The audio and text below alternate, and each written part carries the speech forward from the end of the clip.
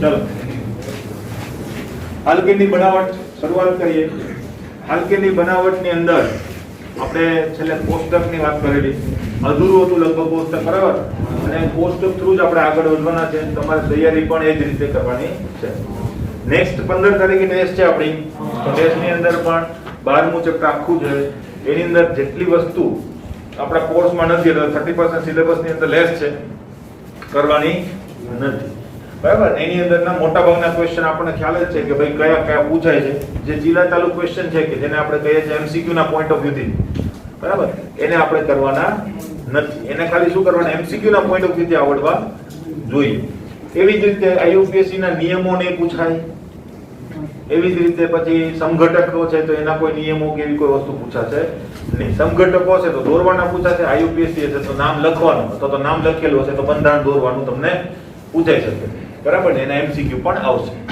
જોઈએ હવે આલ્કેનની બનાવટની વાત આપણે જો કરીએ,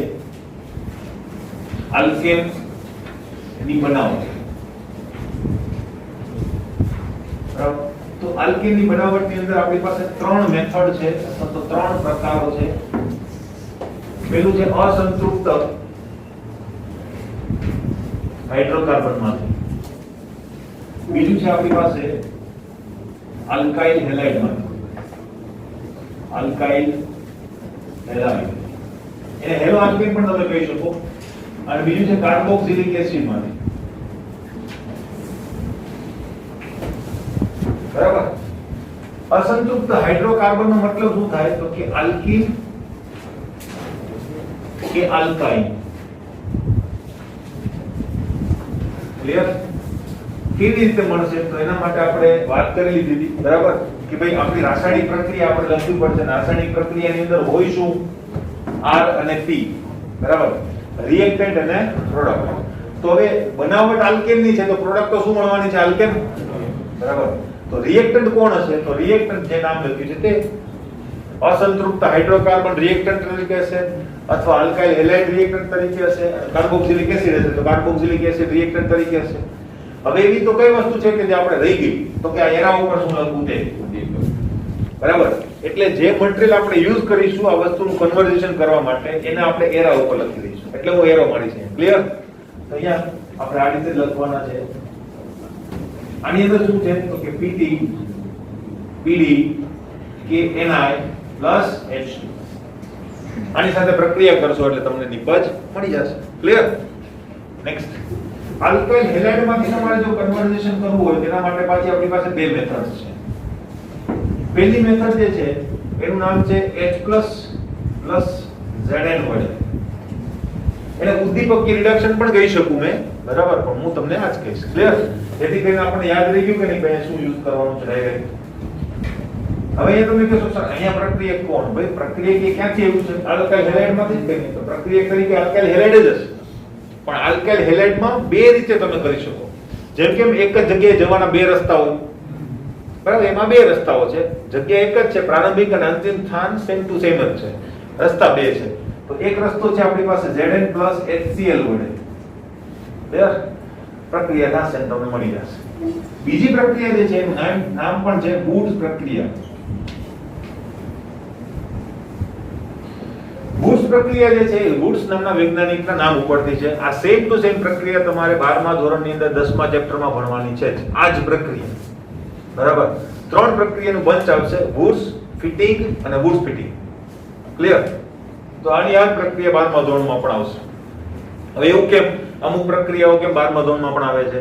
કારણ કે હેલો આલ્કેન હેલો એરિન સંયોજનો જે છે એ ચેપ્ટર છે 12મા ધોરણની અંદર 10મું ચેપ્ટર, બરાબર. તો આલ્કાઇલ હેલાઇડ નો મતલબ હેલો આલ્કેન જ થયું કે નહીં, બરાબર. તો હેલો આલ્કેનની રાસાયણિક પ્રક્રિયાઓમાં જોવા મળે. એવી જ રીતે આ પ્રક્રિયા જે છે હમણાં જ આ ચેપ્ટરની અંદર આલ્કીનની રાસાયણિક પ્રક્રિયામાં આવે કે નહીં, ખબર પડી કે નહીં? તો એકની એક પ્રક્રિયા 2-3 જગ્યાએ ઉપયોગમાં આવશે, ઇવન 12મા ધોરણમાં પણ, ક્લિયર? હવે અહીંની જે પ્રક્રિયાઓ છે એ બંને પ્રક્રિયા તમારે ક્યાં કામમાં આવશે? 12મા ધોરણની અંદર 12મા ચેપ્ટરમાં, બરાબર. 12મું ચેપ્ટર શું છે તો કે કાર્બોક્સિલિક એસિડ નું છે, આલ્ડીહાઇડ, કીટોન અને કાર્બોક્સિલિક એસિડ. તો ત્યાં કાર્બોક્સિલિક એસિડની રાસાયણિક પ્રક્રિયાઓમાં આવશે કે નહીં, બરાબર. એટલે બધી પ્રક્રિયાઓ જે છે તમારે રિપીટ ત્યાં તમને જોવા મળશે. એટલે અહીંયા તૈયારી કરશો કે 12મા ધોરણમાં પણ કામમાં આવશે. વૂડ્સ પ્રક્રિયાની અંદર શું છે તો વૂડ્સ પ્રક્રિયાની અંદર ખાલી સોડિયમનો જ ઉપયોગ કરવાનો છે, બસ પતી ગયું. બરાબર. પણ સોડિયમને પાણી સાથે દુશ્મની છે કે નહીં? હવે દુશ્મનીના કારણે આપણે પાણીને ત્યાંથી દૂર રાખવું પડે, એટલા માટે આપણે શું લઈએ છીએ? સૂકો ઈથર. સૂકો ઈથર આપણે લઈશું. ક્લિયર? કે જેની અંદર પાણી હોતું નથી. હવે આ વૂડ્સ પ્રક્રિયા જે છે એના માટેની એક સ્પેશિયલ કેરેક્ટરિસ્ટિક પણ છે. તો એ સ્પેશિયલ કેરેક્ટરિસ્ટિક હું કૌંસમાં લખીશ. બરાબર. અહીંયા જે તમને આલ્કેન મળશે એ આલ્કેન કેવો હશે તો કે બમણા કાર્બન ધરાવતો હશે. આ બધા MCQ માં પોઈન્ટ આવશે હે, આ બધા પોઈન્ટ જે છે MCQ માં કામમાં આવશે. તો અહીં બમણા કાર્બન ધરાવતો આલ્કેન મળે. ક્લિયર? કાર્બોક્સિલિક એસિડ ની અંદર પણ બે મેથડ છે આપણી પાસે. કાર્બોક્સિલિક એસિડ ની અંદર પણ બે મેથડ. કેવી રીતે? એક છે ડીકાર્બોક્સિલેશન.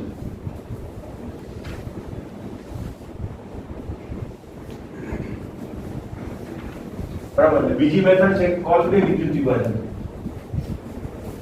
કોલ્બે વિદ્યુત વિભાજન. ડીકાર્બોક્સિલેશન પ્રક્રિયાની અંદર પ્રક્રિયા તરીકે કોણ છે તો કે ભાઈ સોડિયમ હાઇડ્રોક્સાઇડ CaO પેલા લખીએ CaO NaOH છે અને ગરમ કરવાનું છે. કોલ્બે વિદ્યુત વિભાજન પ્રક્રિયા થોડીક સ્પેશિયલ છે. બરાબર. એની અંદર ડાયરેક્ટ કાર્બોક્સિલિક એસિડમાં પ્રક્રિયા નહીં થાય. આ પ્રક્રિયા કરવા માટે તમારે કાર્બોક્સિલિક એસિડનો ક્ષાર લેવો પડશે. એટલે હું ઉપર લખું છું કાર્બોક્સિલિક એસિડ નો ક્ષાર. પ્રક્રિયા તરીકે આ લેવો પડશે. બરાબર. એટલે કઈ નથી કરવાનું, કાર્બોક્સિલિક એસિડ ને NaOH સાથે પ્રક્રિયા કરાવો એટલે શું બની જશે? ક્ષાર. બરાબર. એટલે ક્ષાર થી શરૂઆત કરવી પડશે, પણ કેવાય તો કાર્બોક્સિલિક એસિડ જ. બરાબર. ઓકે. હવે પ્રક્રિયાની અંદર શું કરવાનું છે તમારે એ જોઈએ. તો આની અંદર આ નવી વસ્તુ આવે ને એરા ઉપર કઈ નથી. એરા ઉપર ખાલી શું લખવાનું છે? વિદ્યુત વિભાજન. વિદ્યુત વિભાજન વખતે આપણી પાસે બે ધ્રુવો હોય, એનોડ અને કેથોડ. તો આ પ્રક્રિયા કોના ઉપર થાય છે? એનોડ. બરાબર. નિપજ મળશે. ક્લિયર? ડીકાર્બોક્સિલેશન જે છે એની અંદર જે નિપજ મળે છે એમાં કંઈક સ્પેશિયાલિટી છે. હવે સ્પેશિયાલિટી શું છે તો કે અહીં એક ઓછી કાર્બન સંખ્યા ધરાવતો આલ્કેન મળે. ક્લિયર? એક ઓછી કાર્બન સંખ્યા ધરાવતો આલ્કેન મળશે. પેલાની અંદર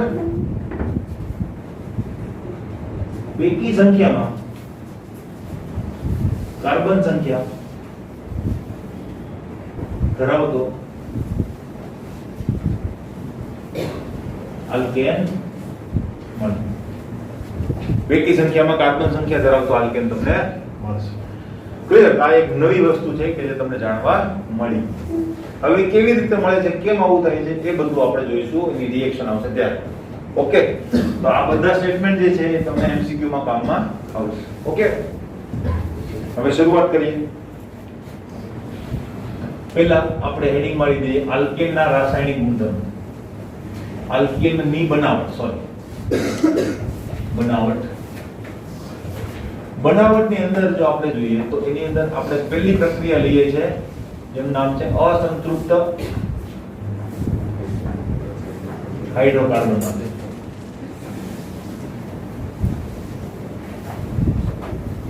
અસંતૃપ્ત હાઇડ્રોકાર્બન નો મતલબ શું થાય ભાઈ? આલ્કીન કે આલ્કાઇન. બરાબર ને? હજુ અસંતૃપ્ત હાઇડ્રોકાર્બન માંથી હવે લખાણ કેવી રીતે લખવાનું છે એ જોઈ લઈએ. બરાબર. પહેલી વાત, અસંતૃપ્ત હાઇડ્રોકાર્બન માંથી આલ્કેનની બનાવટ. આવો પ્રશ્ન પૂછાવાની શક્યતા ઓછી. મોસ્ટ આઈમ્પી છે આખી બધી બનાવટો. બરાબર. પણ એની અંદર જો હું કહું તો આની પૂછાવાની શક્યતા ઓછી. હંમેશા મોસ્ટ આઈમ્પી કયું હશે ખબર? જેમાં નામ હશે તે, જેમ ડાયરેક્ટ નામ હશે ને તે. તમને એમ કહી શકે ડીકાર્બોક્સિલેશન સમજાવો. બરાબર. તમને એમ કહી શકે કે ભાઈ વૂડ્સ પ્રક્રિયા સમજાવો. આ રીતે. બરાબર. કારણ શું? માનો કે મારે આ પ્રક્રિયા પૂછવી હોય તો મારે તમને કેવું પડે કે અસંતૃપ્ત હાઇડ્રોકાર્બન માંથી આલ્કેનની બનાવટ આપો. તે પ્રક્રિયા એકને નિપજ તમે કહી દીધા તમને. અસંતૃપ્ત હાઇડ્રોકાર્બન અને નિપજ તરીકે શું છે આલ્કેન. પણ હું તમને એમ કહું કે વુડ્સ પ્રક્રિયા લખો, પ્રક્રિયા તમારે ડિસાઈડ કરવાના, નિપજ તમારે ડિસાઈડ કરવાની, ઉદ્દીપક તમારે ડિસાઈડ કરવાના, શું આપે છે શું થાય છે બધું તમારે ડિસાઈડ કરવાનું. ક્લિયર? એટલા માટે નેમ રિએક્શન જે છે એ વધારે પૂછાય, કારણ કે પહેલામાં અમારું કામ વધારે, તમારું કામ ઓછું, અને આની અંદર તમારું કામ વધારે અને અમારું કામ કેવું થઈ જાય ઓછું. એટલે મેઈન તમારી પાસેથી આઉટકમ વધારે લઈ શકે. ક્લિયર? બરાબર? એટલે થોડુંક લોજિક લગાવો તો તમને ખબર પડે કે આમાંથી કઈ પ્રક્રિયા પૂછાવા લાયક છે. બીજી બધી પ્રક્રિયાઓ નકામી નથી, કારણ કે બધી પ્રક્રિયાઓનો ઉપયોગ આપણે પરિવર્તનમાં તો કરવાના જ છે. પરિવર્તનમાં તો બધી પ્રક્રિયાઓ ચાલશે, એમાં કઈ એક ચાલશે એક નહીં ચાલે એવું કઈ હોતું નથી. ઓકે, હવે અસંતૃપ્ત હાઇડ્રોકાર્બનમાંથી તો એની અંદર તમારે લખવાનું કેવી રીતે છે એ પહેલા સમજી લો, કારણ કે દર વખતે હું નહીં. ક્લિયર? હવે લખવામાં શું હોય, તમારે જો અસંતૃપ્ત હાઇડ્રોકાર્બનમાંથી અથવા તો ફિટિક પ્રક્રિયા વુડ્સ પ્રક્રિયા પૂછે તો તમારે પહેલા લખાણ લખવાનું કે એમાં તમે કરવાના શું અને પછી એનું સમીકરણ લખવાનું. ખબર પડી? હવે લખાણ જે છે અલ્ટિમેટલી જે કર્યું હશે એનું જશે કે નહીં?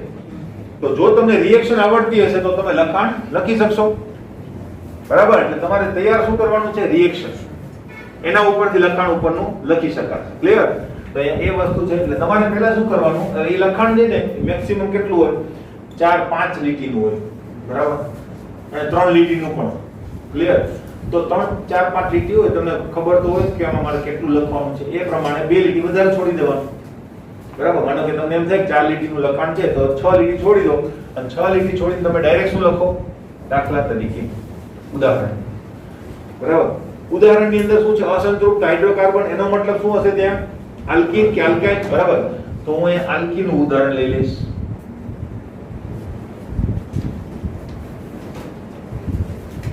થઈ ગયું આલ્કીન. હવેની પ્રક્રિયા કોની સાથે કરવાની છે? બધી વસ્તુ મને ખબર છે. બરાબર? પીટી, પીડી કે એનઆઈ. આમાંથી કોઈ પણ એક ધાતુ હું લઈ લઈશ, કારણ કે બધી ધાતુઓ તો એકબીજાની અવેજીમાં વપરાય. બરાબર? કોઈ પણ એક તમને જે મન ફાવતી હોય છે. હું એ લઉં છું પીડી પ્લસ H2. H2 તો આની સાથે પ્રક્રિયા કરશે, પ્રક્રિયા થશે, તમને શું મળશે? આલ્કેન. નામ નિર્દેશન વ્યવસ્થિત રીતે કરી દેવાનું. દાખલા તરીકે નામ નિર્દેશન શું થશે? આને કહેવાય ઇથિન. આનું નામ નિર્દેશન કરવાનું છે. અહીંયા તમને આઈયુપીએસસી નામકરણ કામમાં આવશે. હવે બીજી એક વાત, આઈયુપીએસસી નામકરણ ભાઈ ફરજિયાત નથી, હે ને? કે ભાઈ આઈયુપીએસસી નામ જ આપવું. તમે ત્યાં પીડીએફ નેમ પણ આપી શકો, કોઈ વાંધો નથી, પણ સાચું હોવું જોઈએ. તમે એસિટિક એસિડ લખો, કઈ વાંધો નથી. તમને ત્યાં ઇથેનોઇક એસિડ જ લખો એવું ફરજિયાત નથી. અહીં તમે ઇથિલિન પણ લખી શકો કે નહીં? લખાય, કઈ વાંધો નહીં. ખબર પડી? સાચું નામ હોવું જોઈએ. પછી આઈયુપીએસસી હોય કે ટ્રિવિયલ નેમ. ક્લિયર? તો આ વસ્તુ એક ધ્યાનમાં રાખજો. હવે બીજું ઉદાહરણ, 2 ઉદાહરણ તમારે આપવાના હંમેશા. એક ઉદાહરણ આવે, બરાબર? બીજું ઉદાહરણ માનો કે યાદ નથી આવતું, તો એમાં યાદ કરવાનું કઈ છે જ નહીં. આની અંદર એક કારણ વધારે થઈ જાય કે નહીં? બરાબર? આ બીજું ઉદાહરણ થઈ ગયું. ત્રીજું આપવું હોય તો પ્રોપીન, પછી બ્યુટીન, પછી પેન્ટીન, પછી હેક્ઝીન, હેપ્ટીન. બરાબર? જેટલા આપવા હોય એટલા ઉદાહરણ તમે આપી શકો. કાર્બનિક રસાયણ વિજ્ઞાનમાં એ જ છે ફાયદો. ઉદાહરણ ગોખવા પડે નહીં. એક ઉદાહરણ જેવું બીજું ઉદાહરણ તમે આપી શકો. ક્લિયર? પણ મારે આલ્કીન અને આલ્કાઇન બંને છે, તો હું એક ઉદાહરણ આલ્કીન નું આપું, એક આલ્કાઇન નું આપું. તમે બંને આલ્કીન નું આપો તો પણ મને વાંધો નથી. ક્લિયર? તો હું એક આલ્કાઇન નું ઉદાહરણ આપી દઉં. આ થઈ ગયું. શું કરવાનું છે? એનું એ જ. કદાચ ધાતુ મારે બદલવી હોય તો હું બદલી શકું, એ પણ ફરજિયાત નથી. પણ એ મારે 2H2 લખવા પડશે કે નહીં? કારણ કે 2 દ્વિબંધ તૂટશે તો 2 હાઇડ્રોજનની મારે જરૂર પડશે. તો અહીંયા અલ્ટિમેટલી મળશે તો એકની એક જ વસ્તુ. નામ નિર્દેશન કરી નાખવાનું. નામ શું છે? ઇથાઇન અથવા એસિટિલીન. એસિટિલીન. બરાબર? અને આનું શું નામ છે? ઇથેન. ક્લિયર? હવે આના ઉપરથી લખાણ લખવાનું. લખાણનું જે તમે જે લખો છો એક જનરલ સ્ટેટમેન્ટ હોવું જોઈએ. શું હોવું જોઈએ? જનરલ. એટલે ખાલી ઇથિન માટે નહીં, ઇથિન ને આમ કરતા તેમ કરતા એવું નહીં. જનરલ સ્ટેટમેન્ટ હોવું જોઈએ. કેવી રીતે જનરલ સ્ટેટમેન્ટ અપાય? તો જો સામે શું લખ્યું છે? અસંતૃપ્ત હાઇડ્રોકાર્બન ને, તો એની અંદરથી શરૂ કરવાનું. શું કરવાનું? અસંતૃપ્ત હાઇડ્રોકાર્બન ની પ્રક્રિયા પીટી, પીડી કે એનઆઈ જેવા ધાત્વિક ઉદ્દીપકોની હાજરીમાં H2 સાથે પ્રક્રિયાથી અનુવર્તિત આલ્કેન મળે છે.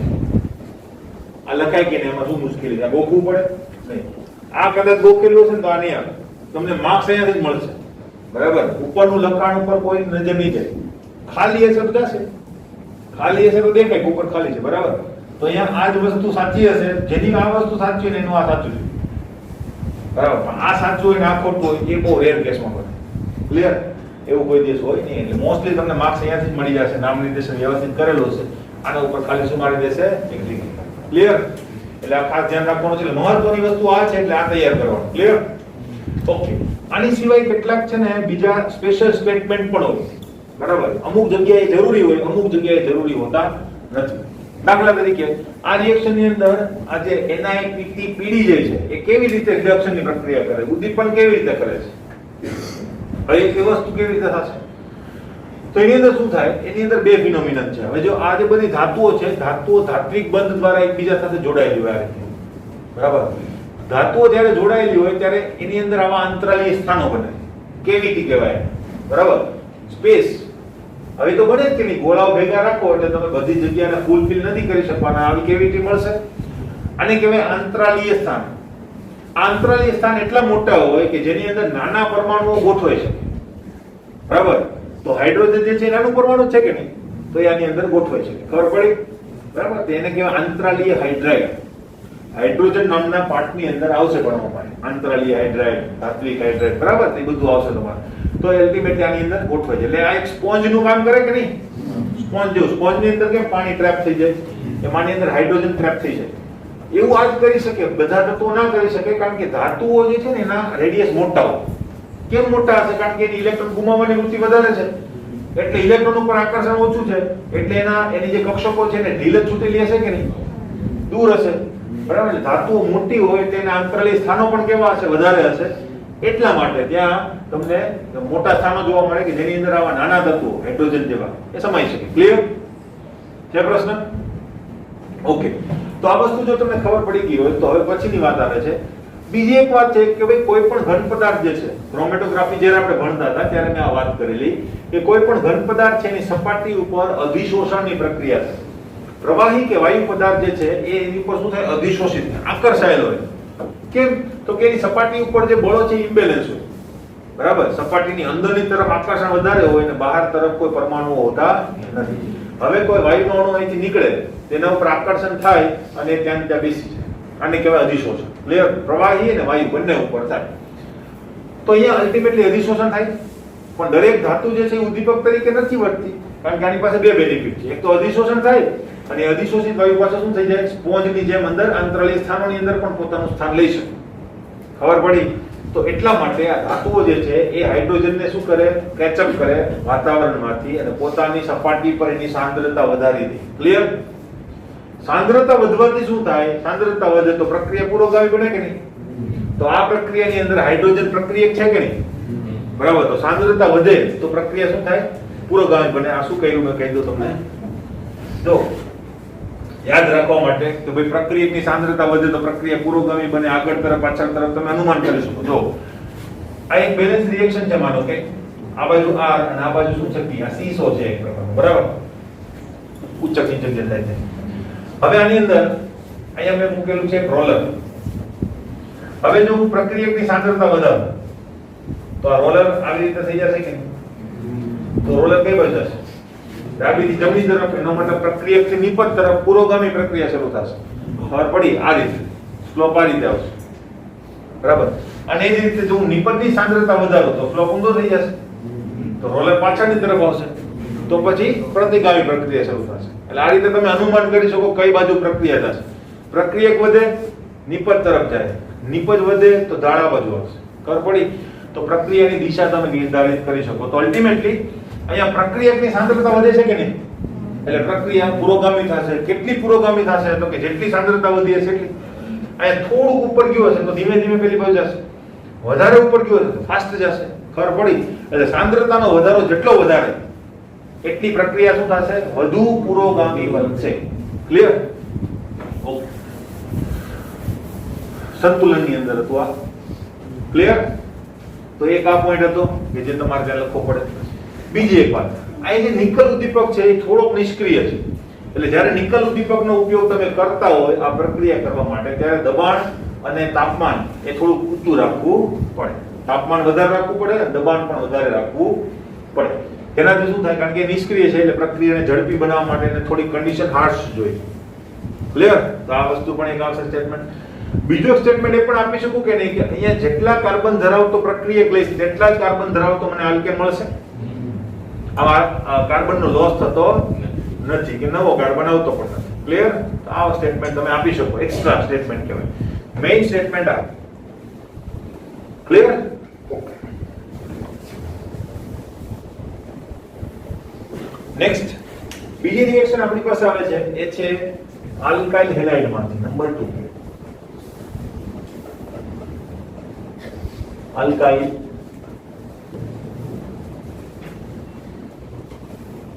હેલાઇડ માંથી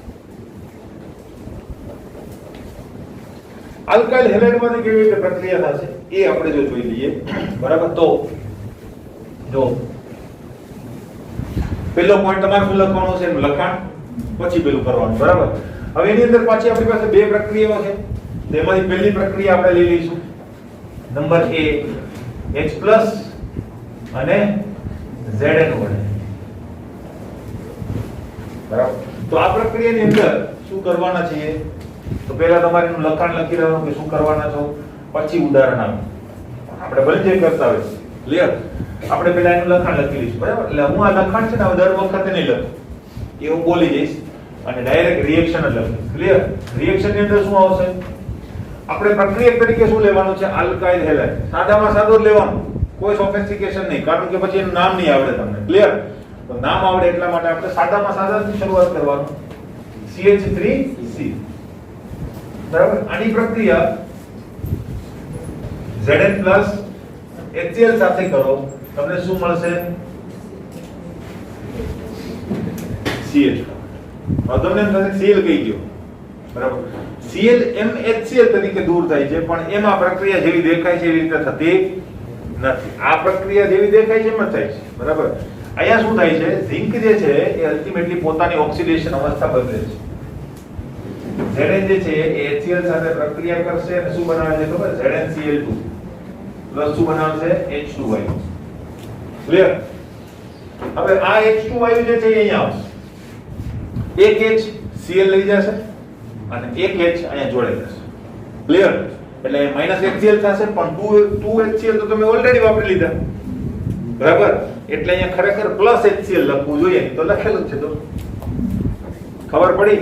એટલે આ વસ્તુ છે. એટલે આ રીતે પ્રક્રિયા જે છે આખી પરફોર્મ થાય. તો -ZnCl2 માં લખવું જોઈએ, પણ એ લખેલું હતું નથી, કારણ કે ઓર્ગેનિક કેમિસ્ટ્રીની અંદર બેલેન્સ એ બહુ મહત્વનું હોતું નથી. કેટલીક રિએક્શન ને આખી યાદ રાખવી પડે, પણ મોટા ભાગની રિએક્શનમાં બેલેન્સને આપણે બહુ મહત્વ આપતા નથી. એ સમજી લેવાનું. ક્લિયર? હમણાં એક બે રિએક્શન આવશે તો હું તમને કહીશ. ક્લિયર? આ ઉદાહરણ. બીજું એક ઉદાહરણ આપું. બીજા ઉદાહરણમાં શું કરીશ? એક કાર્બન વધારી દઈશ. બરાબર? CH3 CH2 Cl same to same reaction મને મળશે CH3 આને કહેવાય ઇથાઇલ ક્લોરાઇડ અથવા ક્લોરોઇથેન. અને શું મળશે તમને? ઇથેન. ક્લિયર? અહીંયા પણ એક સ્પેશિયલ સ્ટેટમેન્ટ લખી શકાય કે નહીં? શું? તો કે જેટલા કાર્બન ધરાવતો આલ્કાઇલ હેલાઇડ લેવામાં આવે તેટલા જ કાર્બન ધરાવતો આલ્કેન મળે છે. ઓકે? આ રીતે સ્પેશિયલ સ્ટેટમેન્ટ તમે લખી શકો. છે પ્રશ્ન?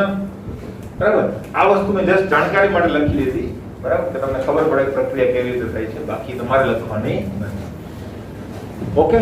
નેક્સ્ટ બીજી રિએક્શન આપણી પાસે છે એ છે વુડ્સ પ્રક્રિયા, કે જે 12મા ધોરણમાં તમારે ખાસ આવવાની છે અને ત્યાં મોસ્ટ ઇમ્પોર્ટન્ટ હશે. કારણ શું? તો કે નેમ રિએક્શન છે અને પૂછે પણ ગયેલી છે ઘણી બધી વાર. ક્લિયર? તો બી વુડ્સ પ્રક્રિયા.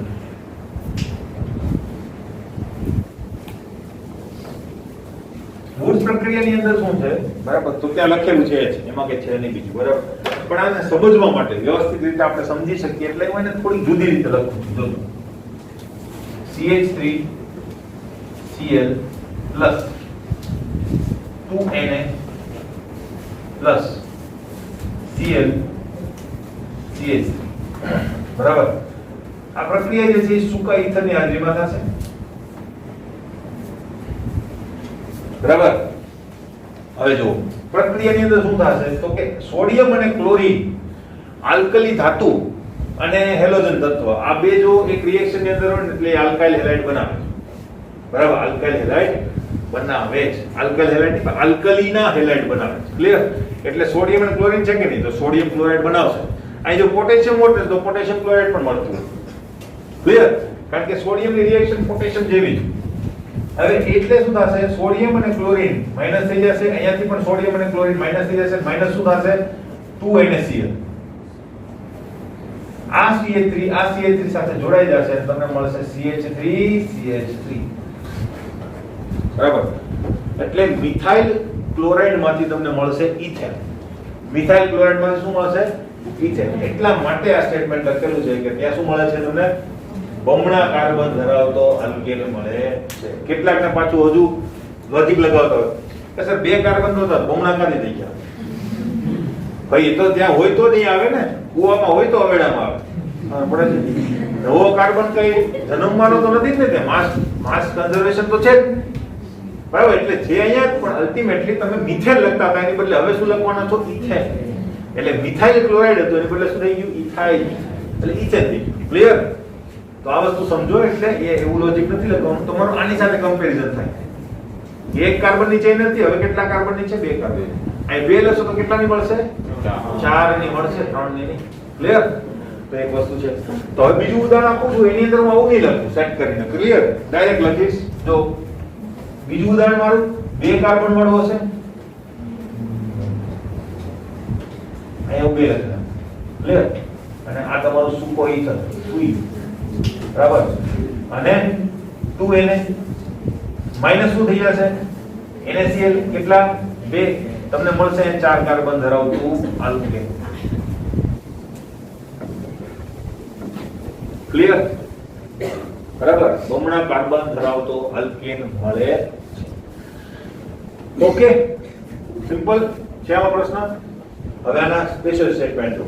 સ્પેશિયલ સ્ટેટમેન્ટમાં એક સ્ટેટમેન્ટ તો આ છે બરાબર. આખું શું લખશો તમે કે આલ્કાઇલ હેલાઇડની સોડિયમ ધાતુ સાથે સૂકા ઈથરમાં રાસાયણિક પ્રક્રિયા થવાના કારણે બમણા કાર્બન ધરાવતો આલ્કેન મળે છે. ક્લિયર? એક સ્ટેટમેન્ટ આ થઈ ગયું. હવે બીજું અહીંયા તમે એમ લખી શકો કે નહીં, આ પ્રક્રિયા દ્વારા મિથેન બનાવી શકાશે નહીં. ખબર પડી? આ લોજિકલ ક્વેશ્ચન છે, MCQ માં પણ આવી શકે. આ પ્રક્રિયાથી મિથેન બની શકશે નહીં, કારણ કે કાર્બન બમણા થાય છે. 0 કાર્બન ના બમણા 0 થાય પડે. 0 ગુણ્યા 2 0, 1 ગુણ્યા 2 તો 2, 1 તો આવ્યું જ નહીં. ક્લિયર? આ એક વસ્તુ છે. બીજી એક વાત, ઓહ રાઈટ, બોલો બારી કરી. યસ, શું કીધું મેં તમને?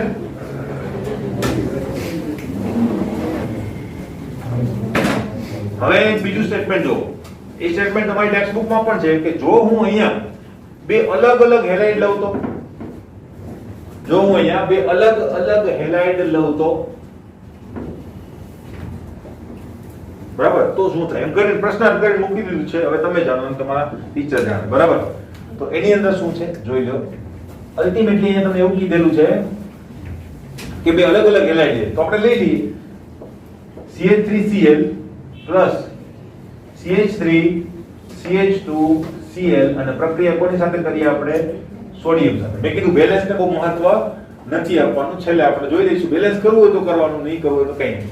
નિપજ કઈ મળે છે અગત્યની છે. જો હવે અહીંયા શું થશે, આ પ્રક્રિયા મિશ્રણની અંદર છે, તો ભાઈ એવું પણ બને કે નહીં કે આ CH3Cl બીજા CH3Cl સાથે આ પ્રક્રિયા કરી નાખે. ત્યાં કઈ થોડું એવું કે પાર્ટીશન પાડેલા છે કે એક નીકળશે બહાર, બીજો નીકળશે બહાર, એવું કઈ તો હશે ને. બધા એકબીજા સાથે અથડામણ અનુભવતા હશે કે નહીં.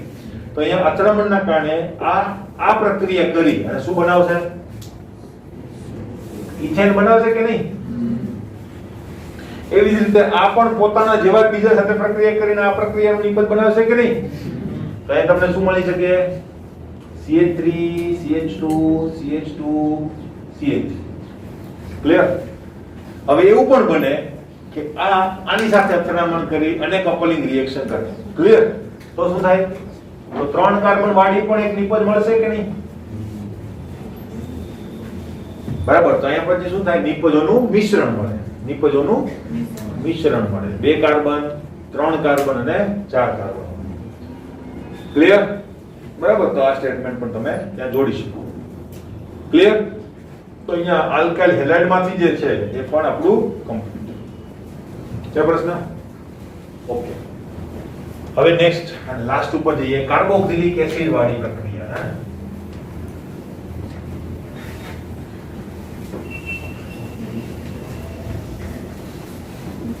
હવે જો કાર્બોક્સિલિક એસિડ વાળી જે આપણી પાસે પ્રક્રિયા છે એની અંદર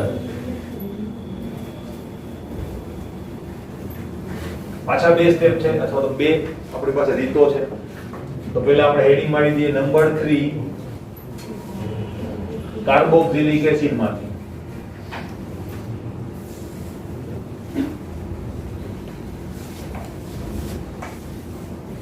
બરાબર.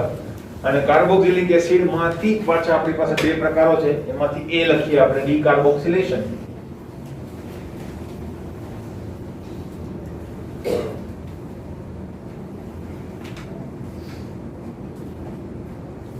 બરાબર. એ હવે ડીકાર્બોક્સિલેશન નો મતલબ શું થાય? CO2 દૂર કરવો, કાર્બન ડાયોક્સાઇડ રિમૂવ કરવો. બરાબર. પ્રક્રિયા જે છે એ સોડા લાઈન ની હાજરીમાં થાય છે. બરાબર. અને એ તમને દેખાય છે. હવે અહીંયા મારે એક કાર્બોક્સિલિક એસિડ નું ઉદાહરણ લેવું પડશે કે નહીં? એ કાર્બોક્સિલિક એસિડ નું ઉદાહરણ હું 1 કાર્બન વાળું લઈ લઉં. ફોર્મિક એસિડ અથવા તો મિથેનોઇક એસિડ લઈ લેવાય? ના લેવાય. કારણ કે એક ઓછો કાર્બન મળવાનો છે કે નહીં? તો 1 કાર્બન એમાંથી એક ઓછો કાર્બન તો બધું ઉડી જવાનું. બરાબર ને? COOH માંથી CO2 માઈનસ થઈ જાય તો કઈ બચશે જ નહીં. પછી તમે શું લખશો ત્યાં કે મારાથી ભૂલથી 1 કાર્બન વાળું ઉદાહરણ લેવાય. એના અંદરથી બધા જ કાર્બન CO2 સ્વરૂપે દૂર થઈ જતા હોવાના કારણે આલ્કેન મળ્યા. બરાબર. જે મારી નિષ્ફળતા પ્રદર્શિત કરે છે. એવું લખવાનું નહીં. ટૂંકમાં આવું લખવાનું નહીં, કારણ કે ઘણી વખત તમને આવી વસ્તુનો અનુભવ થતા હોય. બરાબર. ઓકે. તો ડીકાર્બોક્સિલેશન ની અંદર જો આગળ વધીએ તો આ વસ્તુ છે એટલે એવું કે લખવાનું નહીં કોઈએ. ડીકાર્બોક્સિલેશન ની અંદર જો વાત કરીએ તો મેં કીધું બુદ્ધિ રાખીને એક એક્ઝામ્પલ જે છે સિલેક્ટ કરવાનું. 2 કાર્બન વાળું ઓછામાં ઓછું, કારણ કે 1 કાર્બન તો ઓછો કરવાનો છે. હવે એ ઉદાહરણ હું લખું છું CH3COOH. ઓકે. હવે આ ઉદાહરણની અંદરથી આ પ્રક્રિયા સાથે પ્રક્રિયા થશે તમને આલ્કેન મળશે. પણ આ પ્રક્રિયા જે છે એ 2 સ્ટેપમાં પરફોર્મ થશે. બરાબર. એટલે આપણે પ્રક્રિયા લખીએ છીએ એટલે 2 સ્ટેપમાં લખવાની. જ્યારે આ પ્રક્રિયાનો ઉપયોગ કરીશું ત્યારે આપણે 1 સ્ટેપમાં લખી નાખીશું. ક્લિયર? પણ અત્યારે આપણે આ પ્રક્રિયાને સમજાવીએ છીએ એટલે 2 સ્ટેપમાં આપણે લખવું પડશે. પહેલી પ્રક્રિયા જે છે એ સેમ ટુ સેમ પ્રક્રિયા દર વખતે લખવાના છે. એને હોય સાથે પ્રક્રિયા થાય. બરાબર. હવે આની અંદર શું થાય? આ એસિડ અને આ શું છે? બેઝ. એસિડ બેઝ એટલે મહા દુશ્મન. બરાબર. એની પ્રક્રિયા મોસ્ટ ફાસ્ટેસ્ટ રિએક્શન માંની એક છે. નેનો સેકન્ડમાં પ્રક્રિયા થાય. બરાબર. તો આટલી બધી ઝડપી પ્રક્રિયા હોવાના કારણે બીજું બધું સાઈડમાં લઈને જ્યારે એસિડ બેઝ ભેગા થાય ત્યારે પહેલા એસિડ બેઝનું તટસ્થીકરણ થાય. ગમે ત્યાં, હે ને? તો અહીંયા એસિડ બેઝનું તટસ્થીકરણ થશે અને તમને મળશે CH3COON +H2. બરાબર. તો આ જે મળ્યું એને શું કહેવાય? Sodium acetate. સોડિયમ એસિટેટ અથવા તો સોડિયમ ઇથેનોઇડ કહેવાય કે નહીં? IUPAC આપો તો. હવે આ સોડિયમ ઇથેનોઇડ ની પાછી પ્રક્રિયા થશે તેની જ સાથે આ જ પ્રક્રિયા લખવાના થશે પાછા CaO NaOH ગરમ કરે. તો અહીંયા ગરમ નહીં કરવું પડે, કારણ કે પ્રક્રિયા જેટલી બધી ફાસ્ટ છે કે ગરમ ના કરો તો પણ એ પ્રક્રિયા આગળ તરફ જ જાય. હવે ગરમ કરશો ત્યારે અહીંયાથી આગળ વધશે પ્રક્રિયા અને તમારું એક CO2 જે છે એ માઈનસ થઈ જશે અને તમને મળશે 1 કાર્બન ધરાવતું તત્વ. હવે જો અહીંયા તમે CO2 માઈનસ આ રીતે પણ લખી શકો તો પણ સાચું. પણ અલ્ટિમેટલી CO2 ગયું ક્યાંથી હશે? NaOH માંથી પસાર થયું હશે કે નહીં? જ્યારે CO2 NaOH માંથી પસાર થાય ત્યારે NaOH ની અંદર એ ડાયજેસ્ટ થઈ જાય. ડાયજેસ્ટ થઈ જાય એનો મતલબ NaOH સાથે પ્રક્રિયા કરીને શું બનાવી દે? Na2CO3 sodium carbonate. એટલે તમે જ્યારે આ પ્રક્રિયા લખતા હોય ત્યારે CO2 માઈનસ આ રીતે નહીં દર્શાવવાનું. કેવી રીતે દર્શાવી દેવાનું? Na2CO3.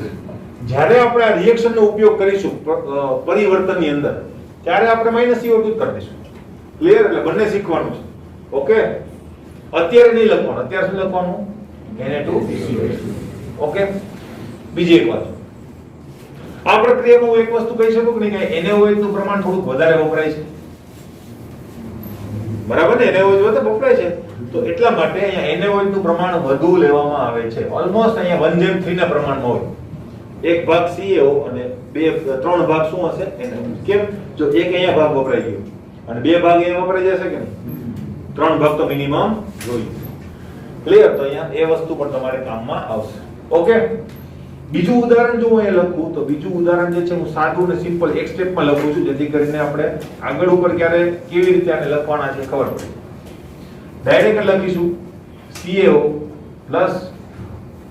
NaOH ડેલ્ટા -CO2 અને CH4 આ રીતે. ક્લિયર? હવે મેં તો સેમ રિએક્શન લખી. મારે એક નવી રિએક્શન લખવી હોય તો હું શું કરીશ? એક કાર્બન વધારે દઈશ કે નહીં? તો અહીંયા પણ એક કાર્બન વધી જશે. CO2 તો એક જ માઈનસ થશે. એક બીજી વાત, CO2 એક જ માઈનસ થઈ છે. આપણે લખેલું પણ છે કે એક ઓછો કાર્બન ધરાવતો આપણને આલ્કેન મળે. ભાઈ એવું રિજિડ નથી. તમને માનો કે કોઈ એવું કમ્પાઉન્ડ આપ્યું જેની અંદર 2 COOH છે તો પછી તમારે 2 CO2 માઈનસ કરવા પડશે કે નહીં? ત્યારે જે આલ્કેન મળશે એમાં 2 કાર્બન ઓછા હશે. ક્લિયર? પણ આ શું છે? જનરલ સ્ટેટમેન્ટ છે. જ્યારે હું તમને એમ કહું ચક્રીય સંયોજન તો તમે દ્વિચક્રીય ત્રિચક્રીય વિચારવા માંડશો. તમે એક ચક્રીય વિચારવાના છો ને? બરાબર? એમ અહીંયા જ્યારે આપણે એક કાર્બનની વાત કરતા હોઈએ એનો મતલબ એક સાદું કાર્બોક્સિલિક એસિડની વાત થાય છે કે જેની અંદર એક જ COOH ગ્રુપ છે. ઓકે, બીજી એક વાત, આ સેમ રિએક્શન જે છે એ સેમ રિએક્શન પાછી આવશે બેન્ઝીનના ઉત્પાદનની અંદર અથવા તો બેન્ઝીનની બનાવટની અંદર. હવે માનો કે હું કાર્બોક્સિલિક એસિડ વાળું બેન્ઝીન લખું, બેન્ઝીન કાર્બોક્સિલિક એસિડ, એને આની સાથે ગરમ કરું તો આ નીકળી જાય કે નહીં? બેન્ઝીન બની ગયું. ખબર પડી કે નહીં? તો આ બેન્ઝીનની બનાવટમાં પણ સેમ ટુ સેમ રિએજન્ટ આપણને કામમાં આવવાનું છે. ઓકે, બરાબર? એટલે મેં કીધું ને એકની એક પ્રક્રિયાઓ ઘણી બધી જગ્યાએ કામમાં આવશે. દાખલા તરીકે આ બધી પ્રક્રિયા 12મા ધોરણમાં કામમાં આવશે. ઇવન કાર્બોક્સિલિક ની આ બંને પ્રક્રિયા પણ 12મા ધોરણમાં હશે. કારણ કે કાર્બોક્સિલિક એસિડ વાળું ચેપ્ટર છે જ આપણે 12મું ચેપ્ટર. બરાબર? તો ત્યાં તમને આ બે રિએક્શન પાછી જોવા મળશે. ઓકે, તો બધી વસ્તુ 12મા ધોરણમાં પણ કામમાં આવવાની છે. એટલે મૂકીને નથી જવાની, લઈને જવાની છે. ક્લિયર? એટલું કામ તમારે ત્યાં કેવું થઈ જશે? ઓછું.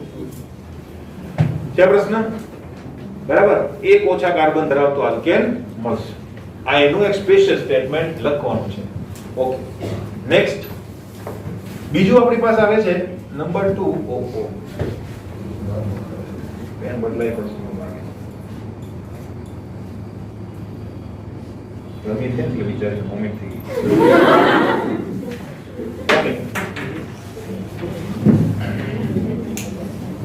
નેક્સ્ટ આપણી પાસે આવે છે બી. નામ એનું છે કોલ્બે પ્રક્રિયા. કોલ્બે આખું નામ યાદ રાખવાનું.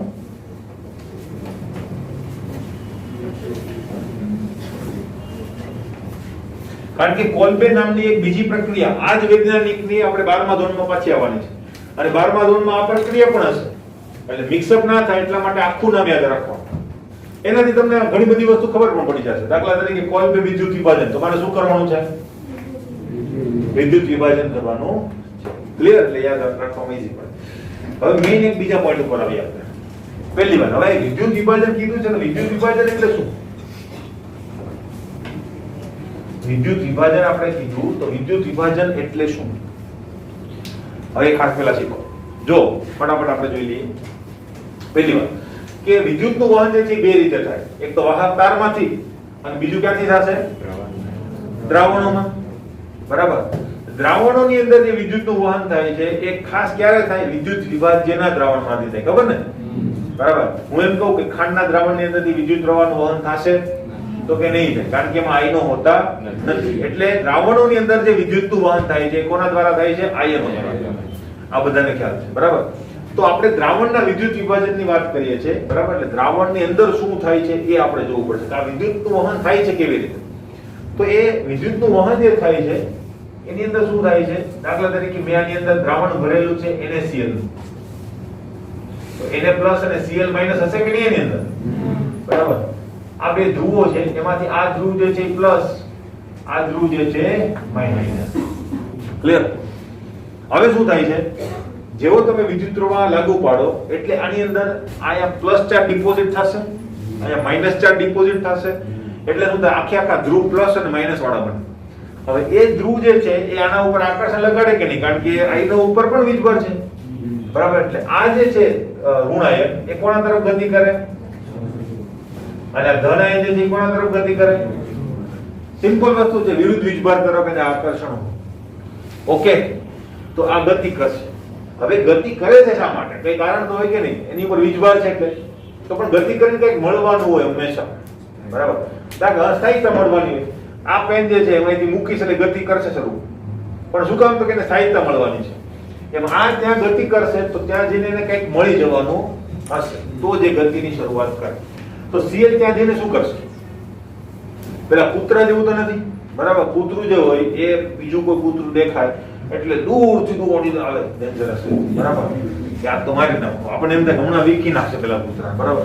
ત્યાં જઈને પેલું કૂતરું હલે જ નહીં, બરાબર? મોટું કૂતરું હોય, બરાબર? તો ત્યાં જઈને સીધી બ્રેક મારશે અને શું કહે થાય? એને ખબર છે સામે વાળું કૂતરું જે છે કે બીતું એની એક જ સ્ટ્રેટર્જી હોય, બરાબર? તો આ વસ્તુ છે એટલે અહીંયા ત્યાં જઈને કે ઊભું નહીં જાય કૂતરાની જેમ, બરાબર? એટલે પતી ગયો તો આ, બરાબર? ગાડીની પાછળ બહુ બધા કૂતરા દોડતા હોય, બાઇકની પાછળ પણ દોડતા હોય, ખાસ કરી છોકરીઓ ડરી જતી હોય, બરાબર? આમ કરીને પડી કૂતરું તો અડે જ નહીં. કૂતરું બિચારું કઈ નહીં કરે, એ તો તરત ભાગી જાય, હમણાં મારશે બહુ, બરાબર? ભાગે કેમ? તો કે તમે પડો, છોલાઈ જાય, ગાડી આપણા પગ ઉપર પડે, એનાથી જ ભાગો. એટલે ડરવાનું નહીં, બરાબર? તમારે ગાડી ઊભી રાખી દેવાની, ડર્યા વગર. ગાડી ઊભી રાખી દેશો ને તો પેલા છે તમારી સામે દોડતો છે, હમણાં તો કાઢી લો, બરાબર? જેવી ગાડી ઊભી રાખશો એટલે બીજે ક્યાંક જોવા મળશે. પડી આ ક્ષેત્ર જેવું કૂતરાની. પણ મેં કીધું એમ પ્રક્રિયાની વાત થાય છે, કૂતરાની વાત થાય છે. સિંહ સામે આવતો હોય ત્યારે તમારે એમ નહીં કે હમણાં આવશે, હમણાં ઉભું રહી જશે, એ પ્રક્રિયા કરી નાખશે તમારી, ખબર પડે છે? એટલે ત્યારે ભાગવું પડે આપણે. તો અહીંયા Cl- જે છે એ ત્યાં જાય છે, તો શું કામ જાય છે? ક્યાંક પ્રક્રિયા કરવા માટે જાય. તો ત્યાં જઈને શું કરશે? સ્થાયીતા મેળવવા માટે. ભાઈ ત્યાં જવાનું કારણ શું? એનો ચાર્જ, બરાબર? હવે માનો કે એક ગાડી છે, ગાડી પાછળ માનો કે તમને એક દોરી પકડીને એ ગાડી બાંધેલી હતી, બરાબર? સીધી જ ગાડી ચાલુ થઈ ગઈ, તમે દોડો માંડ્યા પાછળ, બરાબર? તો તમે શું કરશો? દોરી છોડી દેશો. તો આને એવું થાય, હવે Cl જે છે ત્યાં ખેંચવા માંડ્યો, બરાબર? તો અલ્ટિમેટલી છેલ્લે શું કરી દેશે? દોરી છોડી દેશે. દોરી તરીકે શું છે એની પાસે? વીજભાર છે, એ વીજભારને ત્યાં ડિપોઝિટ કરી દેશે. પછી બધા ઇલેક્ટ્રોન ડિપોઝિટ નહીં કરે, કારણ કે જો બધા ઇલેક્ટ્રોન કરે તો પાછો પોઝિટિવ ચાર્જ આવે, તો પછી આ બાજુની ગતિ શરૂ થાય, બરાબર? એટલે ખાલી એક ઇલેક્ટ્રોન ત્યાં શું કરી દેશે? હાલે ભલે કામ પૂરું, બરાબર? એટલું કામ પૂરું કરી અને શું કરી દેશે? પોતે ન્યુટ્રલ બની જશે. Cl- જે છે ઇલેક્ટ્રોન ડિપોઝિટ કરીને શું બની જશે? મુક્ત મૂલક બની જશે કે નહીં? એક જાતનું. તો અહીંયા આવા ઘણા બધા મુક્ત મૂલક ભેગા થયા છે, બરાબર? હવે મુક્ત મૂલક પરિસ્થિતિ પણ અસ્થાયી છે. મુક્ત મૂલક એટલે તત્વ સ્વરૂપ એક પ્રકારનું થયું, બરાબર? તો આ પણ અસ્થાયી છે, એને પણ ફટાફટ કંઈક પ્રક્રિયા કરવી પડે. તો એની બાજુમાં જોશે તો ઘણા બધા ક્લોરીનની લાઈન હશે કે જે લોકો ઇલેક્ટ્રોન ડિપોઝિટ કરેલો હશે, બરાબર? તો એ લોકો શું કરશે? બે ક્લોરીન જે છે એકબીજા સાથે મળી અને શું બનાવી નાખશે? Cl. એટલે થોડીક વાર પછી તમને અહીંયાથી આવા બબલ્સ જોવા મળશે કે એની અંદર શું હશે? Cl2 હશે. ક્લિયર? ઓકે. હવે સોડિયમ પણ આ બાજુ કે હિંમત આવતો નહીં હોય, એ કે પોઝિટિવ ચાર્જ ત્યાં ડિપોઝિટ નહીં કરી શકે. પોઝિટિવ ચાર્જ કેવી રીતે ડિપોઝિટ કરે? કેન્દ્રમાંથી પ્રોટોન કાઢીને આપે તો થાય, બરાબર? એ તો બનતું નથી કોઈ દિવસ. તો શું કરશે? અહીંયાથી ઇલેક્ટ્રોન લઈ લેશે. ઇલેક્ટ્રોનનો ઢગલો તો હશે ત્યાંથી ઇલેક્ટ્રોન લઈ લેશે, ન્યુટ્રલ બની જશે, એની ગતિ ખતમ. તો સોડિયમ જે છે એ એક ઇલેક્ટ્રોન લઈ અને શું બની જશે? પણ સોડિયમ, આપણે તો દ્રાવણની વાત કરીએ છીએ ને, એટલે પાણી હશે. પાણી ને સોડિયમ ને તો દુશ્મનાવટ છે, ક્લિયર? તો સોડિયમ જે છે એ તરત જ પાણી સાથે પાછી પ્રક્રિયા કરશે અને શું બનાવશે? વિસ્ફોટક પ્રક્રિયા કરશે, બરાબર? વિગોરસલી પ્રક્રિયા કરશે, બનાવશે શું ખબર? NaOH અને પ્લસ શું બનાવશે? H2 વાયુ બનાવ. ક્લિયર? હવે અલ્ટિમેટલી તમે જુઓ કે ભાઈ Na+ તો હતો જ, હજુ Na+ જ છે ને? એનો મતલબ સોડિયમ તો પોતાના સ્વરૂપમાં જ રહી છે. તો તકલીફ કોને પડી ગઈ? પાણી. એટલે આની ઉપર જે રિએક્શન છે એ અલ્ટિમેટલી આપણે સોડિયમ માંથી નથી લખતા, કોનામાંથી લખીએ છીએ? પાણીમાંથી લખીએ છીએ કે પાણીનું વિદ્યુત વિભાજન થયું. શું મળ્યું મને? 1/2 H2 ને પ્લસ શું મળે છે? OH-. ક્લિયર? આવું લખીએ છીએ એનું કારણ શું ખબર પડી? બરાબર? કારણ કે કરે છે સોડિયમ. સોડિયમ વગર પાણીનું વિદ્યુત વિભાજન થતું નથી. તો પ્રક્રિયા આ રીતે થાય. ક્લિયર? તો આ વસ્તુ છે જે આપણને ખબર હોવી જોઈએ. વિદ્યુત વિભાજન ખબર પડ્યું? હવે આ જ વસ્તુ આપણે એપ્લાય કરીશું ક્યાં? મોલ્બે પ્રક્રિયાની અંદર. ટાઈમ પૂરો? કાલે જોઈએ.